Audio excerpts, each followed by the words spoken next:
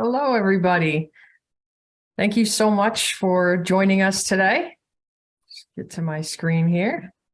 So my name is Nicole Beauregard. I'm the Director of Admissions here at the Culinary Institute of America, and I'm so glad you are able to join us today for our session on advising your students on choosing a culinary college.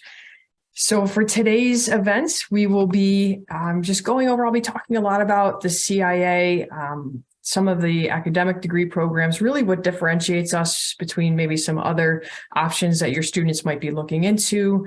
I'll talk about their degree options. We'll go over some of the financial aid opportunities that we have here. I'll go into, some of the details about what we look for in an applicant and some of the timing of that, just to assist you in your conversations with your students. And then following my presentation, we have a special presentation from one of my colleagues today in the essence of the holidays here, a special holiday beverage demonstration, because let's be honest, food touches everybody's life. So that's a nice opportunity for us to share with you and for you to see how your students would be learning here at the CIA. So as we go through the presentation, if there are any questions that come to mind, please post those in the Q&A. I'd be happy to answer any questions at the end of my presentation. And hopefully you guys learn a lot today. I'm so excited to be able to support you in your efforts, and we appreciate all that you do as school counselors and working with your students. So without further ado, let's go ahead and get started. So our motto here at the CIA is that food is life, right? Food is at the center of everything that we do. It brings people together, it shapes lives, it provides opportunity. And, here at the CIA, we feel that there's no better place in the world to start your life in food than at the CIA. So I'm here today at our campus in Hyde Park, New York. This is our main campus where we offer that traditional college campus experience. It's our biggest campus. We have just over 170 acres with 42 different teaching kitchens and bake shops right on our campus here at the CIA. And we're located about 90 minutes north of New York City. So we're not located in the city. We're located in the beautiful Hudson Valley, right on the Hudson River. And if you haven't had the chance to come see campus, I strongly encourage you to do so. It's just a beautiful area to come and see and stop by to visit our students here at the CIA. So we have just over 2,400 students. And I'll talk about some of the academic options and how those may differ. But for those of you joining us from outside of this area, we do have on-campus housing, and most of our students choose to live right here on campus. We have two additional campuses. So as you can see from the descriptions there, they differ a little bit in size in comparison to our New York campus. Our California campus is located in St. Helena, California, just in the beautiful Napa Valley. I mean, really no better place to study food and wine than in the Napa Valley. This is a much smaller campus, definitely a close-knit community with about 340 students. And at this campus, we also offer on-campus housing. And we have our campus in Texas, which is located right in San Antonio, right on the beautiful Riverwalk. This is a commuter campus, so we do not have on-campus housing at this location. It is a smaller campus of about 200 students, but really the location is prime for students in these degree programs here in Texas.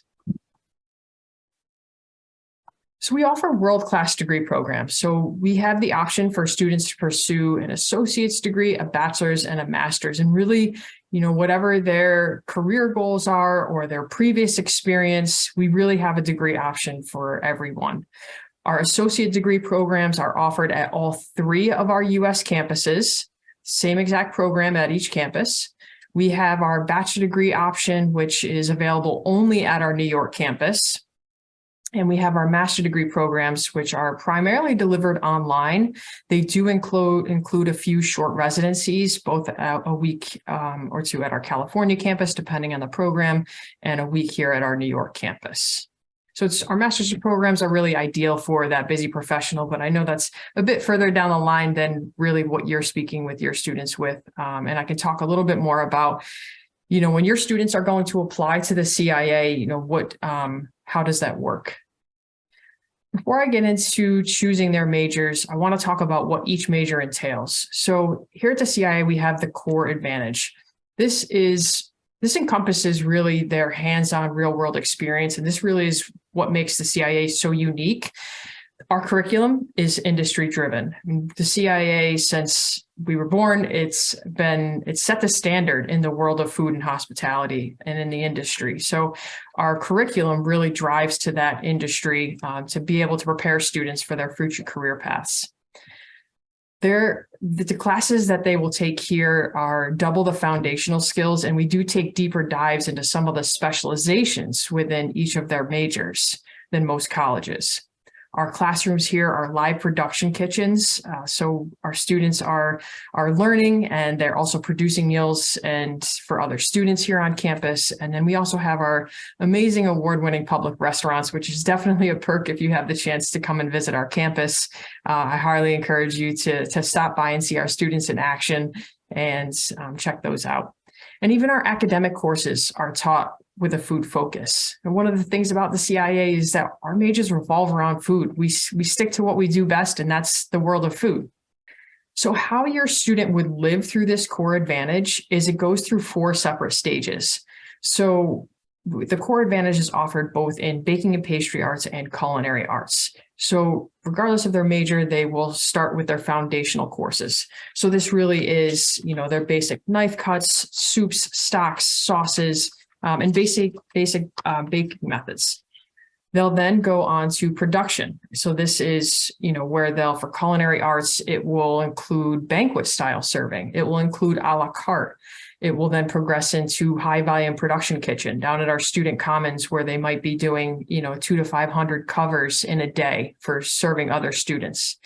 And then for baking and pastry, this includes creating breads and different pastries and individual pastries and cakes for the entire campus. So that's their production stage. From there, they're going to go into specialization. And this is really one of those areas that the CIA really shines and provides opportunity for our prospective students. And in culinary arts, this includes 3 separate global cuisine classes. I know Susan's going to touch on that in her demo, so I won't spoil that for her. But in comparison to other colleges that offer 1 global cuisine course, we dive into 3 separate courses.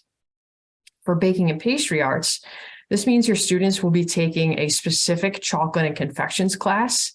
They're going to take a class with baking with dietary alternatives, and they're going to take 2 additional cake courses in modern and special occasion cakes. And that's where those 42 kitchens and bake shops come into play here at the CIA. So we have many different specialized kitchens for these students to hone their craft in these specific areas. So they take everything in those classrooms that they've learned, and in the last stage is in that operations stage, where they're going to experience our on-campus restaurants. So here at the CIA, we have an Italian restaurant, our French restaurant, and our American farm to table. One of my favorite is the Apple Pie Bakery Cafe, where our baking and pastry students really get to understand both front of house and back of house, as do all of our students in our restaurants. So the students have an opportunity to learn all of the positions. So our associate degree programs. So our associate degrees are offered, we have baking and pastry arts or culinary arts. Now, both of these include that core advantage that I just discussed, and they can be completed in less than 2 years. Now, again, these associate degree programs are offered at any 3 of our US campuses. Now, we also have bachelor degree programs. So for students who may not be sure if they want a bachelor's degree, we advise them to start an associate's degree program. Really what this means is they would start with all of those core advantage courses that I just discussed, in addition to the academic courses, including English and math. So that's really their associate degree program. Our bachelor degrees are our most popular option. So the bachelor degree program includes that CIA core advantage. So for students who know for sure that they want a bachelor's degree, we encourage them to apply directly into our bachelor's degree option. And what they'll do is they will choose one of the degree options along with their core advantage. So they'll choose either baking and pastry arts or culinary arts to go along with their academic major. So they'll still get all of those hands-on courses in the core advantage. They'll still be able to take a semester in one of our on-campus restaurants and also complete one of their internships, which I'll talk about in a little bit. So once they've chosen their core advantage in baking and pastry or culinary arts, they'll add their next level learning. So students can choose from food business management. This is by far our most popular. We have many students that come to us that dream of opening their own restaurant or bakery or cafe someday. So really it's ideal for future general managers, food and beverage directors, or somebody who wants to open their own establishment one day. And it really helps develop their leadership skills. That food business management bachelor's degree will include courses in marketing and promotion of food. They're going to learn all about the business side and, how to develop menus that are profitable. So we really help students prepare them for managing their own, establishment someday. Our applied food studies is really an up and coming major. We've had this one for quite a while now, but it's really for that student who wants to make a difference in the world of food who wants to make a difference in the world through food. And they do this in segments such as education. Some of you probably work with culinary teachers in your district, and, students sometimes kind of are drawn to that and also want to follow the footsteps and go into education or pursue a career in policy making or sustainability. So applied food studies is really ideal for that. Students will, take history classes. We have developed an apiary here on campus where our applied food studies students will harvest bees and just really understanding the world of food from that aspect. Now, culinary science is unique. This program really is ideal for students who want to apply scientific principles to cooking. So many of our students in this degree program will go on to career paths in research and development, say for maybe big food corporations, developing new flavors of ice cream for Ben and Jerry's or new flavors of potato chips for Lay's. So there's a lot of different avenues for students to be able to pursue within culinary science. And then we have hospitality management. So this degree program while there's no core advantage with hospitality, there are fewer kitchen courses. However, the courses that are included in this major are really specific to the hospitality industry. So it sets students up to pursue careers in hotels, travel through food focus, and event planning. So this hospitality management students will have a solid understanding of not only front of house or that hotel and hospitality environment, but also understand back of house and be able to manage a kitchen and plan events through a food focus.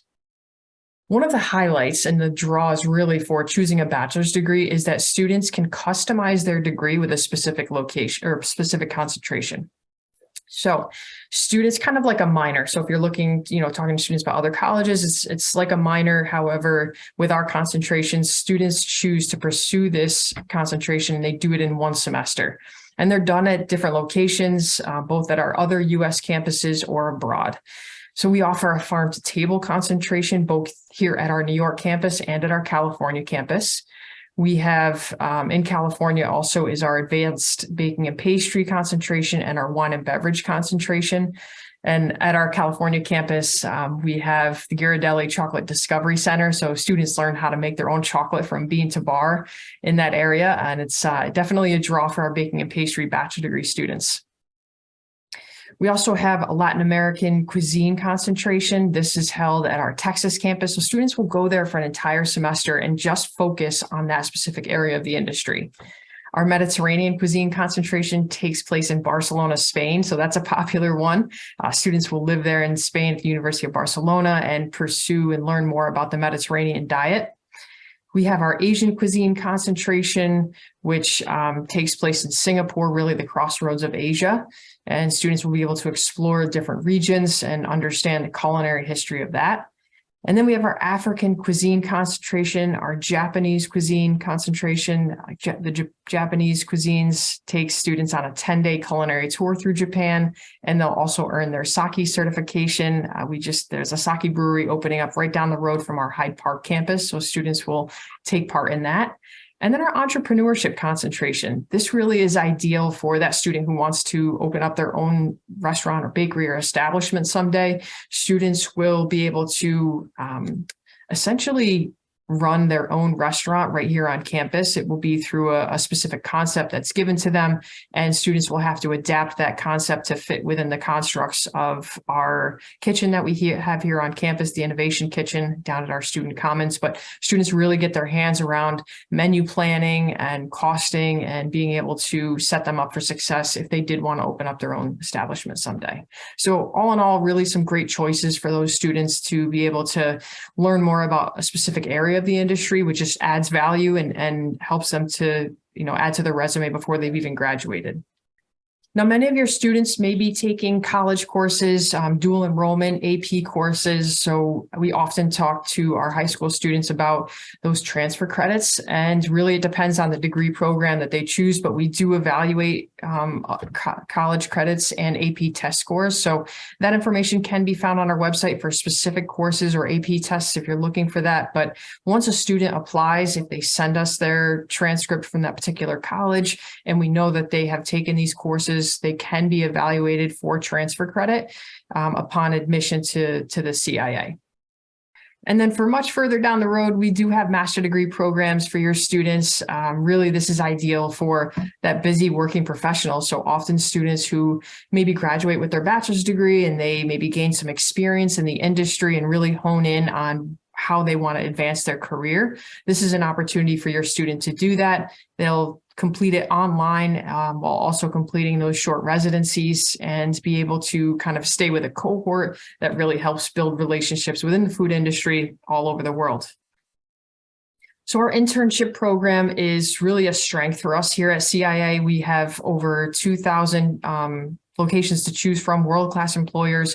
This is a full semester for your students. So, often our students will come here and be able to take some of their hands-on courses and really be set up for success to then go pursue their internship in an area that they think they may want to pursue a career path in. So over 2,000 all over the world, and spend some time in that specific location, really get to network and meet people.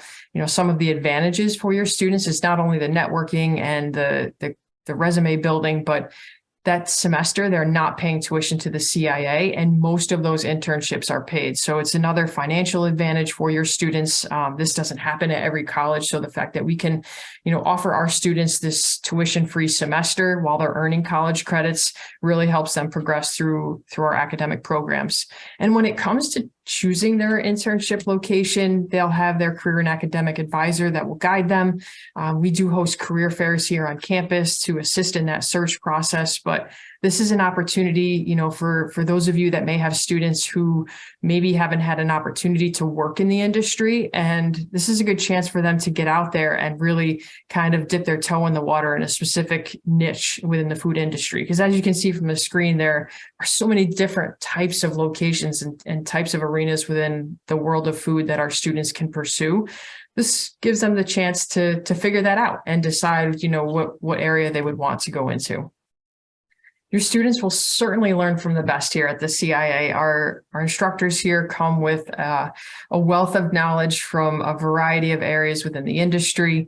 Some of them having been historians or nutritionists, wine experts, certified master chefs and bakers here at the CIA. We have a lot of pride with our educators here that are teaching our students, as do they. So it's a nice partnership. So student life, there's no doubt about it. Your students will work hard here at the CIA, but we would do want to make sure that they have a good time too. It's their college experience, and there's a lot of things to offer here right on campus for your students to enjoy those years and really get involved. And really, the CIA learning happens not only in the classroom but outside of the classroom. And honestly, I think one of the unique things about the CIA is that everybody's here for the same purpose, for the world of food. So we're naturally a hospitality school, which I think just really elevates the level of events that we have here on campus. Yeah, a lot of them revolve around food, but I think our students love that. So some of the on-campus events that we have now, I'm primarily talking about our New York campus here, but we do have a lot of other events that take place at our California and Texas campus. But here in New York, we do have themed weekends. Bada Bingo is one of our biggest events that we have here. I know you think high school students and bingo, but they give away some great prizes. So it's a huge draw, and typically the event hits capacity within a few hours of going live, but the students absolutely love that. We've set up laser tag, certainly karaoke and open mic nights. Those are always fun to watch. We have an amazing student commons that our students are able to gather with and just kind of kick back on the weekend and have some fun. We do have other contests, movie nights. We have a beautiful theater that, we'll show movies on some specific nights for students to just, hang out with their friends. We also have a lot of off-campus trips. So our location here and our proximity to New York City, just, being a short train ride away, the Metro North train or Amtrak is just probably 5 to 10 minutes from our campus. So students on the weekends, whether it's through our planned trips or on their own, will often, hop on the train and head down to New York City for the day to check out the food scene there. We do a lot of coordinated trips for our students where we will offer a cheap ticket to a Broadway show. We've taken students to go see different sporting events. I know recently they've gone to see the Jets play an NFL game. We've taken students to hockey games. We've also taken them hiking. There's some beautiful hiking here in the Hudson Valley. They recently hiked Mount Beacon, which is not too far from here. We've taken students whitewater rafting up north on different ski trips. And there's also, a lot of local farms around here that our students love to just explore the Hudson Valley, especially those that, might be coming from a different area within the country or internationally. So we do a lot of local trips to some of the apple orchards and different farms here in the area.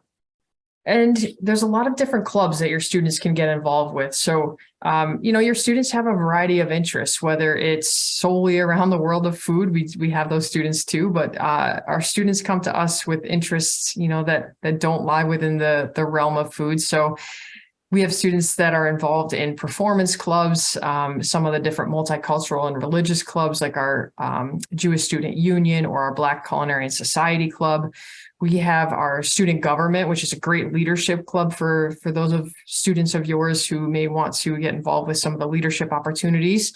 And of course, food focus clubs. We have the Recipe Club, our Global Spoon Club, and a variety of other things that our students can get involved with that are just right here on campus that speak to their interests. We wouldn't be the CIA if we didn't offer cooking competitions. These are friendly competitions that our students will gather with some of their friends and get a team together. So we have a couple of different times of the year that we do this. In the fall, we had our chili cook-off. We do a pizza cook-off. We also have our Cookie Village bake-off. Our Try Wizard competition is it's an awesome competition where our students compete in 10 different competitions, both on speed and accuracy in culinary and in baking. And we have a big dinner with the president of the college. That's a lot of fun, and our students to really, get some bragging rights around some of their skills that they have in the kitchen. Some of these cooking competitions, some of it's for bragging rights, but a lot of times students may win, and sometimes there's trophies, sometimes there's even scholarships that students will win or cash prizes out of these competitions. Now, we also offer intercollegiate athletics here at our New York campus. So students can compete in basketball and volleyball, and there's soccer. We have a variety of intramural sports that your students can get involved with, for maybe that student who doesn't want the commitment of college athletics and just wants to, stay active and meet people and, have some fun. So we have our Turkey Bowl. There's a lot of different open gym nights where it might be, 3-on-3 basketball tournaments. There's different volleyball tournaments that they host, and our students versus faculty games where we play the students in softball in the spring and early fall over the summer.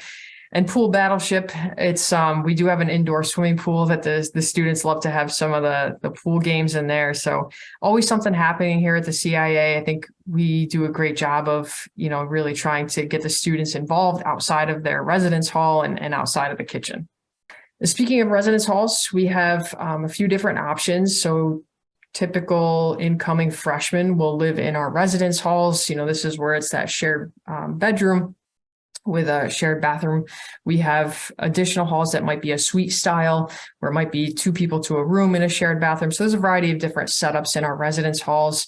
And then right on our campus, we also offer some apartment style living with our townhouses and our lodges, where students might have their own room or a common room to be able to hang out in. But about 93% of our freshmen choose to live on campus. It's It's really a great way to experience the CIA, just with so much going on and so many things happening outside of the classroom, and just the ease of, getting to your classes. Everything is in walking distance here on campus. There's no need to take a bus from your residence hall to your culinary kitchens or your baking kitchens. Everything is right within walking distance on our campus. So it's great, especially for incoming freshmen, to just be able to get there and meet people and stay involved in all the different, after class activities. Some of the amenities that we offer here in their residence hall is, obviously your standard furniture that comes in a room, but also a microwave fridge combo. So that's something that we've added maybe a few years ago, that students residence halls will come automatically with a microwave fridge combo. So it's not something they have to bring to their residence halls.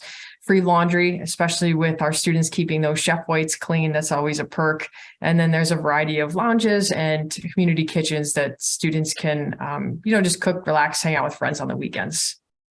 So our career fair is something that all of our students take advantage of. It happens 3 times a year here at our New York campus.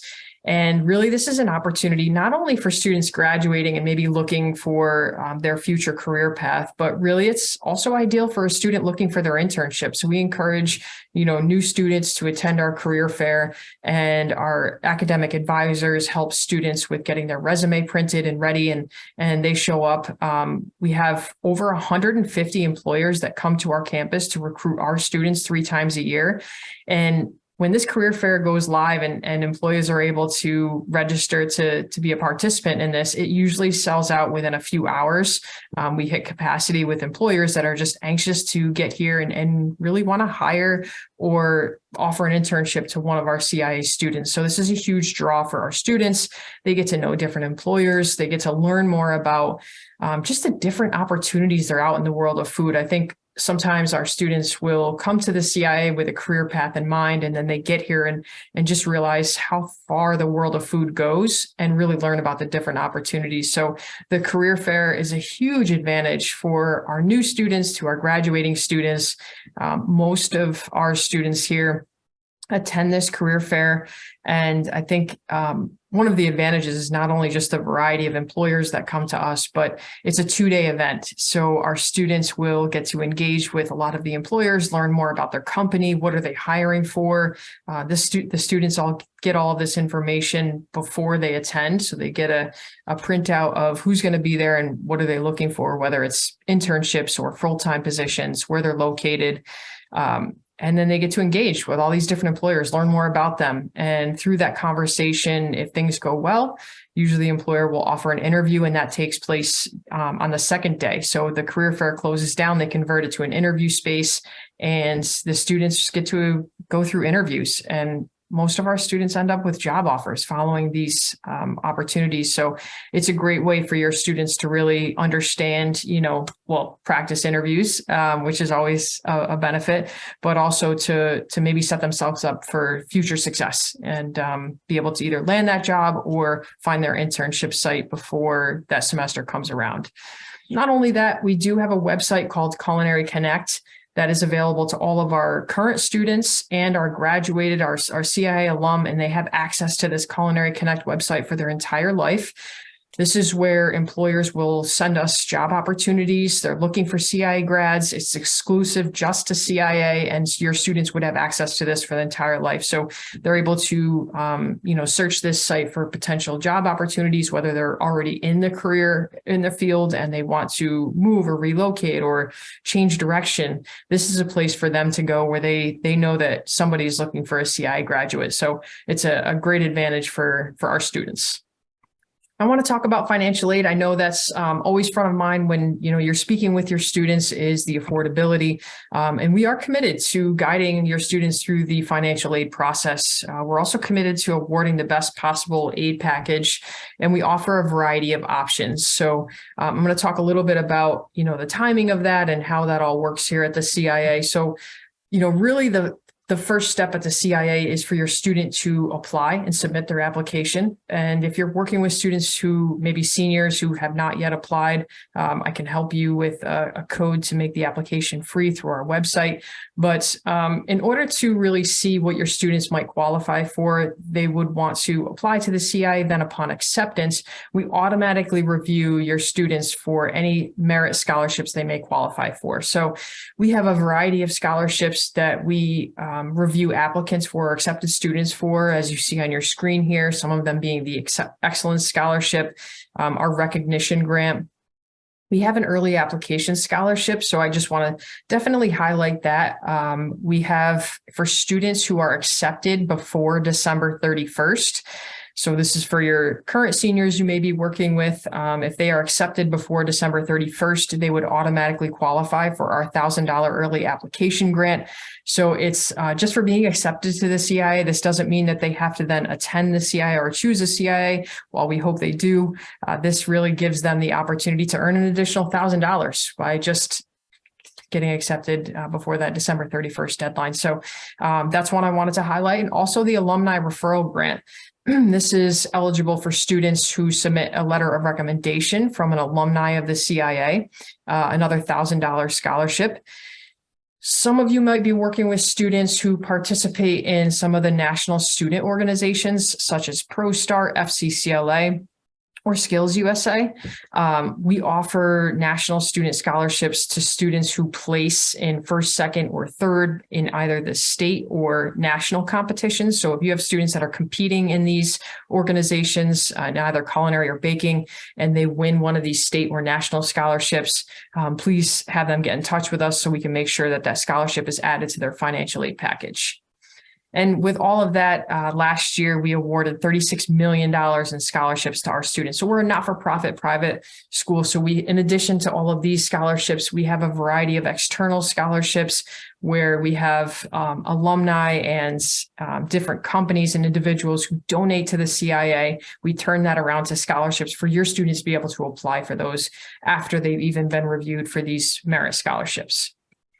We also have this unique opportunity here with our Earn and Learn program. So this is different than federal work study. So federal work study is something that your students will apply for through their financial aid application, their FAFSA.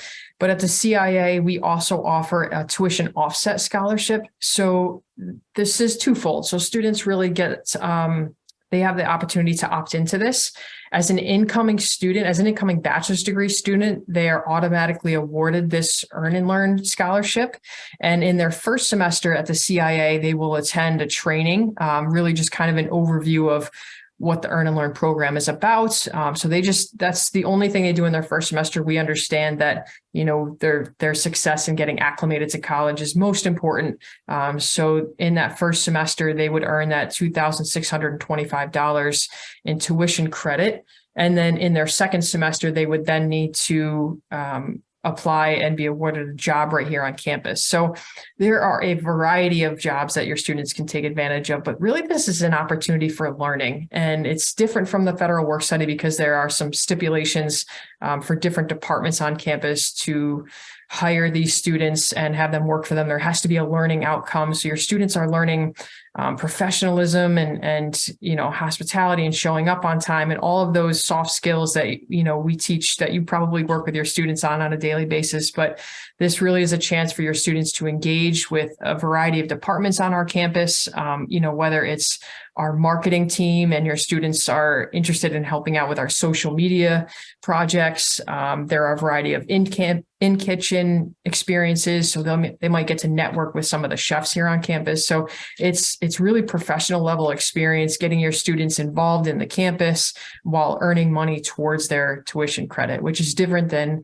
federal work study where they would be earning a paycheck. So fantastic for students. Like I said, this is automatically given to students who are put into the bachelor's degree program. If you have an associate degree student, they can then apply for this scholarship as well. And we're also a Yellow Ribbon participant. So the CIA in 1946, we were founded for veterans returning from World War II, and we are a GI Bill approved college. So if you're working with students who are veteran dependents and they have questions about that, they would indicate on their application that they are a dependent, and we have somebody assist them through that process of getting the certificate of eligibility applied to their financial aid. And last but not least, I want to talk a little bit about our application process. So I know many of you work closely with your students who are applying to the CIA. So we do offer 2 applications, and we have our own online application through our website. And we also accept the Common App. So sometimes you might have students who are applying to CIA, and maybe we have provided them with an application fee waiver code that is only applicable on the online application. So I know sometimes this causes confusion with the students, but for your students who are applying through Common App, if you are adding in their transcripts and they've uploaded essays and letter of recommendation through Common App, we would receive them through Common App. If your student applied to our college through our online application, we wouldn't necessarily get those documents through Common App. So those would need to be submitted. They could be sent via email to our general admissions email, or to their admissions counselor. So the first step really is for your student to apply to the CIA. And, after our early action deadline of November 15th, we are now rolling admissions. But as I added the financial incentive of December 31st, they may want to apply before that date. But the first step is to apply to the CIA. And then once they've submitted to our college, we then ask them to submit their transcripts, an essay, and a letter of recommendation. Letter of recommendation can come from, yourselves. It can come from another teacher, a coach, or a mentor, or if they're working in the industry, it can come from maybe a supervisor there. The essay is 200 to 500 words, really about their experiences, why they might be interested in pursuing a degree in the world of food, what experiences have helped prepare them for the CIA. We want to get to know your students. And really, when we're evaluating applications, we look at each student holistically. So, we do obviously look at official transcripts to ensure that your student is academically capable of, being successful. But also we look at the essays where we get to know your student, learn about some of the experiences that they've had, whether it's in the world of food or in leadership positions or being involved in extracurricular activities. And then we also, reflect on the letter of recommendation to better understand maybe their character or their work ethic, or, sometimes we learn about some of the struggles that your students have had and how they've overcome them. And then once they've been accepted, we'll review their application for financial aid. So, submitting that FAFSA is also extremely important. So we try to turn around admissions decisions. We're rolling admissions. We really try to turn around decisions in a matter of days, because once a student has been given that decision, we understand how important that financial aid package is to them. And once they've been accepted, they're able to get that understanding within about a week or 2 of receiving their acceptance. So we're here to help you. I know at the beginning I showed my information. So if you did take a screenshot of that, you certainly contact myself. If you have my information, you can reach out to our general admissions information there. We also have admissions counselors that work with students from a variety of states, from all of our states, and they're happy and eager to help your students with all of their questions here at CIA. So I hope that this information was helpful in understanding the CIA and some of the things that we have to offer your students. I know there's things to consider when you are helping your students be able to choose a culinary college. And we get it. I know that there's a lot of things and a lot of students you're working with. So if you do have questions, I'd be happy to take those. If you wanted to post them in the Q&A feature, I'd be happy to take any questions that you might have. One of the questions that we often get is, do we require SATs, ACTs? And the answer to that is no, we are a test optional school. So while students are able to send in and can do so if they want those SATs or ACTs, we do not require them as part of the application process. So I have a very special treat because, food touches everybody's lives and it's the holidays. And, I'd love for you guys to maybe take something home and maybe learn a few things along the way. So I have my colleague, Susan Lavender, joining us. I will turn the camera over to her as she's checking in here from our kitchen down the hall, and let her introduce herself and take you through a special holiday beverage demonstration. Take it away, Susan. Hey, everybody. So I am a certified wine professional through the college. I'm assistant director of admissions here. I've been here 17 years. So I think I have a good grasp of how we teach here and what the experience of being a CI student is like. So this is an actual demo that I do on the road for, our top tier vocational colleges, high schools. So I might I'm really going to throw in like, this is why I say this to the student, or, that kind of stuff. But as a professional taster through CIA, it's really important to me when I do my demos to focus on sensory analysis, all of that kind of thing, plus tasting analysis and product knowledge. So we actually have a class that all of the students take in your first kitchen semester. It's called product knowledge. So this gives you an idea too of product knowledge, history, our cuisine de Beja class. So what we're making, so let me touch on this too. So Nicole also mentioned about that the academics are also very hands-on, such as the apiary that we have. Yep, shout out to Sting. He's our mascot. So the apiary houses the bees, and we actually harvest the honey. And bees are endangered, so it's another reason why he's our mascot. But beyond that, it's very experiential in regarding the food world. In fact, your marketing class is marketing promoting food. The food ecology students actually tap the maple trees on campus. Every spring, we bring in a master forager so the students can learn how to forage for mushrooms safely, and they do it right on campus. We're in this perfect location to be able to do that. So let's talk more about what I'm going to do today. Super excited. I wish you could smell it in here. It's amazing. That's why this is a great holiday treat. But I'm making chai. I'm sure most of you have had chai before or have heard of it. It's actually an Indian beverage. And it is basically, in its essence, chai means tea, okay? I know in America we say chai tea, that is redundant, but we don't know that.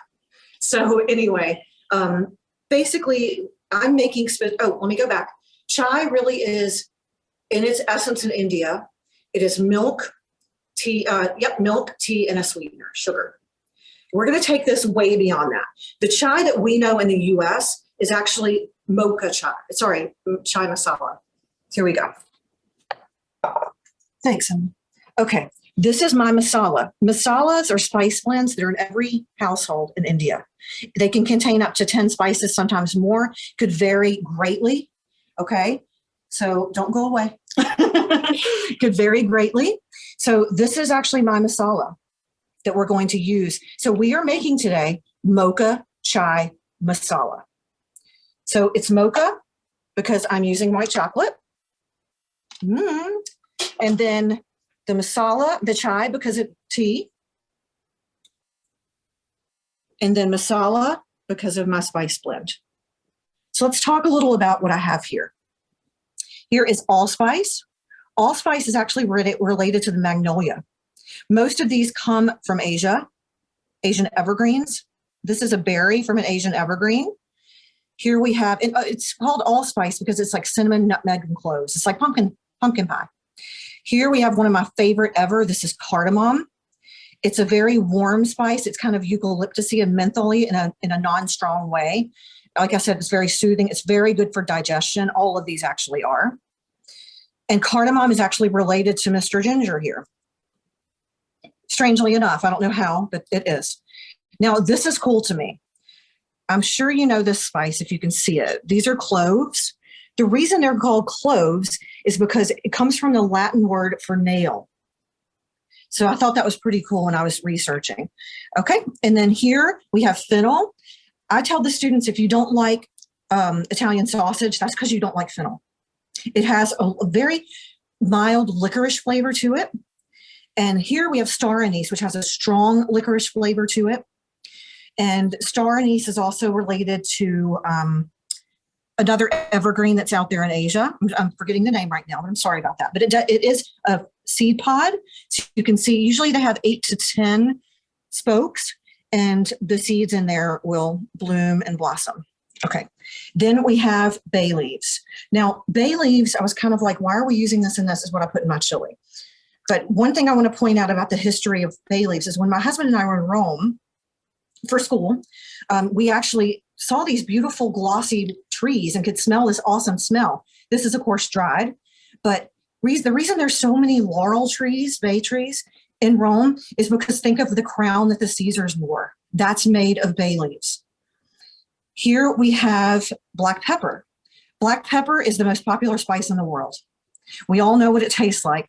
But one thing you don't realize maybe is that once it cooks for a long time, it becomes really mellow and really cool, but it still has that complexity to it. All right, so now we're going to deal with minced ginger.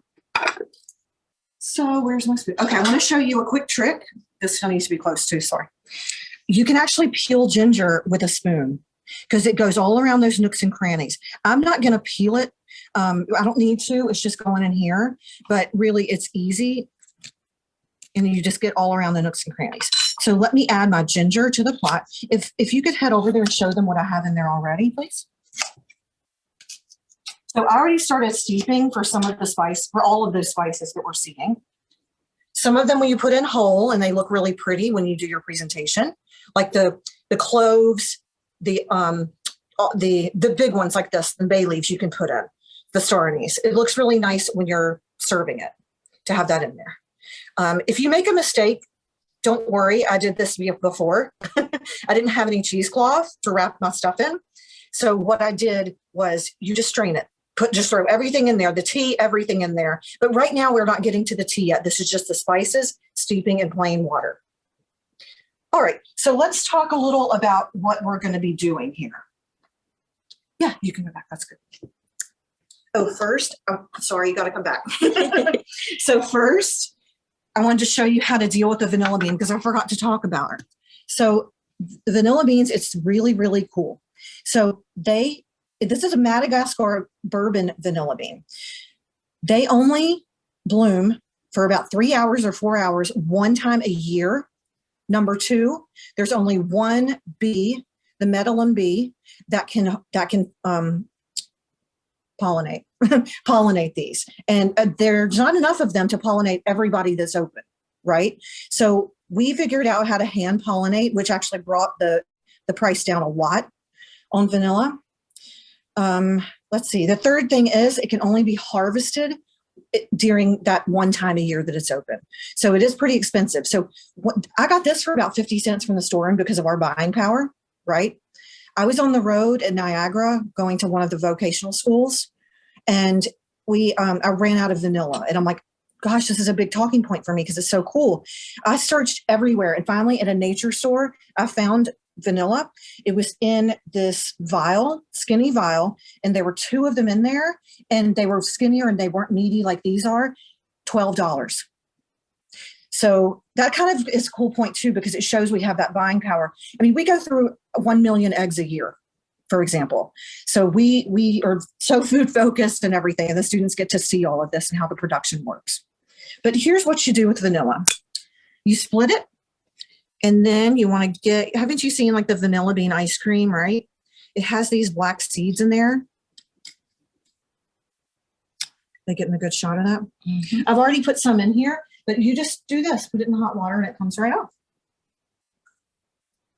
We don't want to waste this. I'm not using it. What I'm going to do is actually you could either steep it in milk and make a custard, but what I'm going to do is put it in a 5-pound container of sugar, leave it in there a month, and you will have vanilla sugar at very little cost to you. Okay, so now we are going to go over these ingredients here. So let me wipe my board. There we go. Okay. So we were talking about tea, milk, sweetener, right? So I don't think sugar as a culinarian, and our students are this way too. This is the way we teach and the way we learn. Think about I asked the high school kids, like how many sweeteners are there out there in the world? And they're like brown sugar, Splenda, molasses, honey, they'll finally hit on. And I'm like, that's what I use. Here is something super cool about honey. We think of the honey, the bear honey, right? This is the most economic choice. This is about $10 in our storeroom. which is a good price. But honey is made from flowers. The students always say bees. I'm like, think farther. And they're like, flowers. So think of all the different flowers there are in the world and how many honeys. Let me show you what vast difference there is in the coloration of these honeys. If you can see that, okay? This is acacia honey. So thinking as a wine professional and a taster. And to me, which one of these is going to be the lightest, and which, that gave it away, the lightest in flavor and the strongest in flavor. This to me will be the lightest naturally. When I'm tasting, if I have a flight of 10 wines in front of me, I'm going to put the lightest ones first and arrange them that way. Otherwise, it's called order error, and it like tears your palate apart, so you can't taste the delicate ones. So you can use that involving chocolate. This is a good trick for you if you're doing some kind of cheese tasting too. It can sometimes help because you're going to snip them also. But okay, so acacia honey is very light. This is just kind of clover honey, the usual. You can also have wildflower honey that's just a bunch of different honeys. This is chestnut honey. Look at how dark that is. So this tastes like, this is super delicate. To me, I have smell first, not taste. That's what you do with wine. But the smell, the aroma is loamy, earthy, mushroomy, kind of dirty. And it's really, really cool. This is not something I would want to put in this. This is not something I would want to put in that. These are 20 bucks a piece, number one, right? This was 10 bucks and it tastes just like the honey that we're used to. So we want that classic honey flavor. But let's say you were having, a salad with goat cheese and you wanted to drizzle some honey. This would be perfect because it's delicate, but you have that honey flavor and it's beautiful. Okay. So we talked about, I didn't mention this one.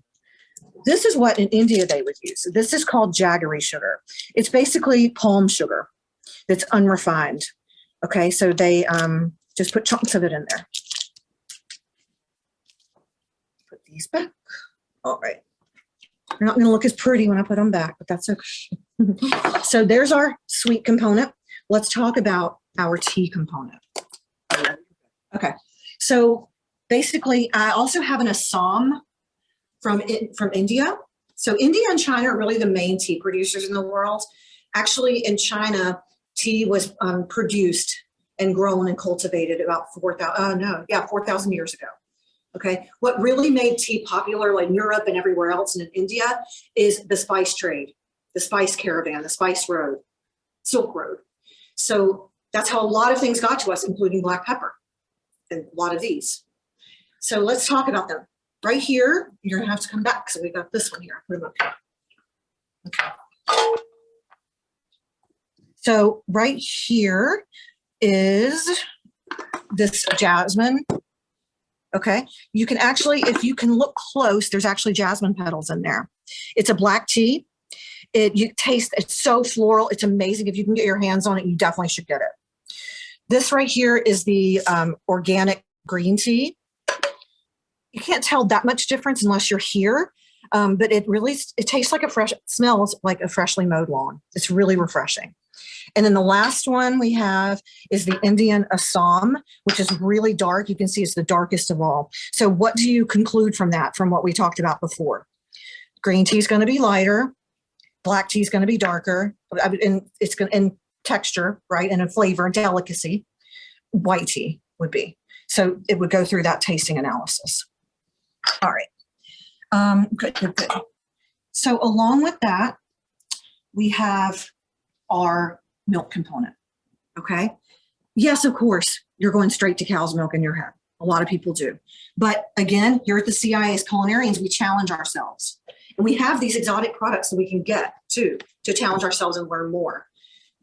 You could have, I need to show you this. Okay. Also within wine, in the wine world, and then tasting ice creams, anything. We actually have an order analysis as well, like I said, in regards to heavy, but also not including color when regarding your smell, but also in regarding your taste in body and viscosity. Mouthfeel is what we say. You know how wine experts aspirate the wine to get the flavors out. That helps to tell the texture of the wine and also the flavor. But here we have soy milk, almond milk, and rice milk. Let me show you the difference in texture. We're going to start with the lightest. Here's rice. If you can see, if that's enough for you to see, I'm kind of spilling it. Rice is very, very light in texture. You can see that as I swirl it. It's super delicate. It's super delicious. Now, don't think that these are going to taste like cow's milk if you haven't had an alternative milk before. They taste like what they are, but they're delicious. One thing that I want to check on here, if I were going to use it, is it sweetened? Because that's going to affect your honey. It's going to affect your white chocolate amount, right? You have to really kind of think that way. Think about the holistic picture. This is unsweetened. Perfect. We're not going to use that today. I'll tell you why in a sec. And here, this is a beautiful brand of almond milk. So let's take a look. Cane sugar, yep. So I would definitely want to taste that. Always taste, taste, taste, which I need to give that a taste in a second. So this is my favorite brand of soy milk. But let's show you, I think it's a good comparison to do the almond and then we'll do the one that I use. Don't spill. It's still pretty light, but you can see it's different in color. It's a little richer looking. You could use cashew milk. Macadamia milk is my husband's new favorite. Okay, now check this out. I use heavy cream. You know why? Because it's high school kids. So it becomes like this really, think of eggnog, right? They use heavy cream in eggnog. So this is a really festive beverage. Before I forget, we're serving this hot today, but this is amazing cold. You can, with leftovers, you can maybe make ice cream. Depending, you could kind of use your spices to make the ice cream. I recommend using the leftovers to make rice pudding. In India, they use cardamom. You see how that pours, how thick? See how different in texture these would be and have delicacy? So, but again, with the high school kids. All right, so one thing, I want to show you a trick. I'm just gonna set these right here. I want to drink that heavy cream right now. So the way I handled the spices, like the allspice, the peppercorns, the fennel, and the cardamom, the other stuff went in whole. This up a little bit. This is a really cool trick for you. Get yourself parchment paper, whatever you have, regular paper, whatever you have on hand. And what you'll do is you'll put those spices like that really shouldn't go in whole, that aren't pretty, like the star anise and the bay leaves. Put them right here. Some might roll a little bit. This is what I did. That's why you saw a sachet in there. Fold up the edges. Now, if you wanted to whack it, you would want to fold all edges, but I don't do that. I like to, what we want to do is release the essential oils in these. If you have, there's no issue if you want to use a chai pre-packaged one. They're delicious. It's just you don't get it like this as fresh because they've already been ground. But you can certainly get one of those packaged ones, like Celestial Seasonings or whatever, not a sponsor. And then add some ginger, through it, see what you want to add. It's a lot of fun. It's a fun thing to do with your kids too. This is too. So I'm not going to do that. I want to be a little more delicate. And I don't necessarily need it to be ground up because I'm going to put it in the sachet. So this is good when I'm doing the demo to have a kid do. Always have somebody. What I do is I take the class clown and have them be my assistant. I'm kind of brilliant like that. Okay. And then you can pour it right into, don't want to forget that, pour it right into your cheesecloth, tie it up, and you can, the way you put it in is you just pour it like that, right? No cleanup. Okay. As I'm making a mess. Right now is my tea. So I use these two. So we get to do a lot of cool things in this area. It's a good foodie area with the farms and everything else, wineries, distilleries, but we have cool visitors. So I went with some faculty and my husband for a tea sommelier event. It was so cool. That's what started me on this demo, honestly. It got me like obsessed. So what I learned from her that I never was a tea person before. The black tea for me, if I start chatting like I'm doing now and it starts boiling, it'll be okay. It'll get a little bitter. Haven't you had it do that before with tea if you've oversteeped? That's the tannin. The way you distinguish with wine and everything else, tannin dries your mouth out, lemon makes your mouth water because people get acid and tannin confused. But anyway, So I think we've all experienced that tannic effect. But so this can go at a higher temperature. You never want to boil tea, but if it happened and simmered, it would be okay. This one is if my butane burner or whatever, choked out on me. The green tea, you do it at a much lower temperature for steeping. So that would take over. Same if you have a white tea. Again, we're talking about color, right? The white tea would be very low temperature for steeping. All right, so put my tea in. You want to put this in just a few minutes before you serve. So we'll just go there. For the sake of our demo, I'm just going to put it in for a second because we still have to put the white chocolate in. All right, I'm going to crank it up a tad. I'll put it back in later, but just the magic of television. I usually would kind of squeeze these out. It's one of those things you can. All right, little tongs, come on. Okay, so now you can see the stuff floating around.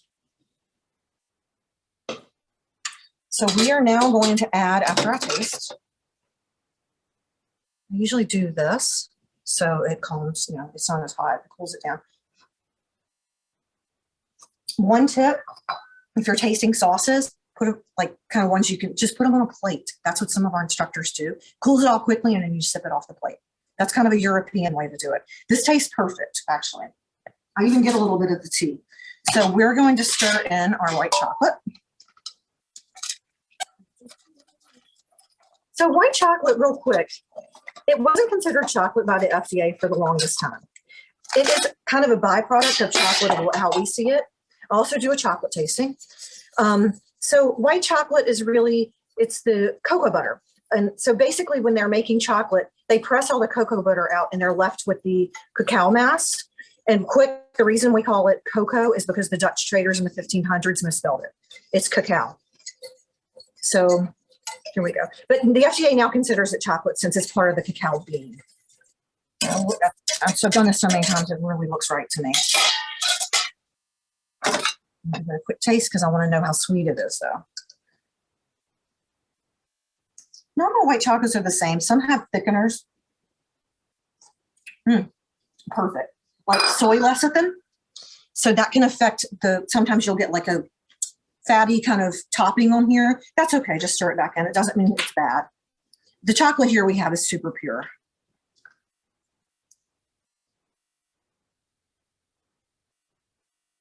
I usually put the amount of honey that I like in here, and then the kids can add more because I want them to know everything doesn't have to kill you with sweetness. But I understand that they want that, but I want them to know kind of authentically what it should taste like. Now, think about this too. Like I said, the one that you get at Starbucks would be like $6. This is like 25 cents per use, okay, per cup. So it's important to know cost control like that with our students so they always are learning real world. So they know purchasing and all of that. Okay, so that should be right. I'll give it another shot.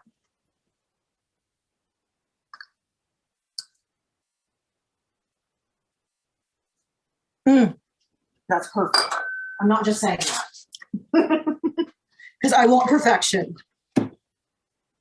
Now we're going to add our heavy cream. I like it just the way it is right now, honestly. I really love almond cashew milk in this, vanilla unsweetened almond cashew. Let's give that a taste real quick. My last spoon.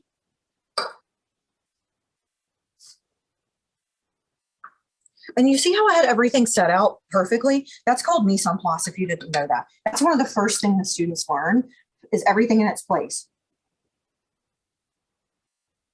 One more.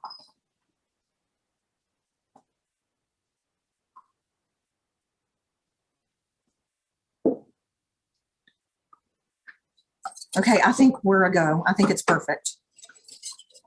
All right, so can I throw it back to Nicole? Absolutely. All right.